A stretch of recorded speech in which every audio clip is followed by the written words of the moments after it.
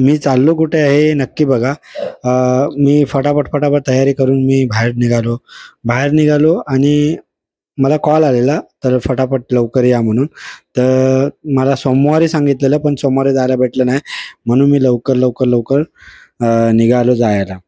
तर जायला निघालो, तर मग पुढे बघितलं की रिक्षा आहे की नाही, पण रिक्षा काय येत नव्हती. 2-3 वेळा वाट बघितली रिक्षाची, पण काय रिक्षा भेटली नाही. त्याच्यानंतर मला एक भेटला बाईकवाला. मग मी काय केलं, कडून आलो आलो स्टेशनला आलो. स्टेशनला येऊन ट्रेन पकडली.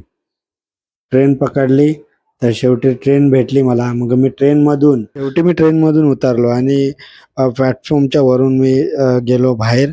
बसची वाट बघत राहिलो. बस 333 बस ही महाकालीला जाते. तर महाकालीला 333च्या बसमध्ये चढलो आणि मी जाऊन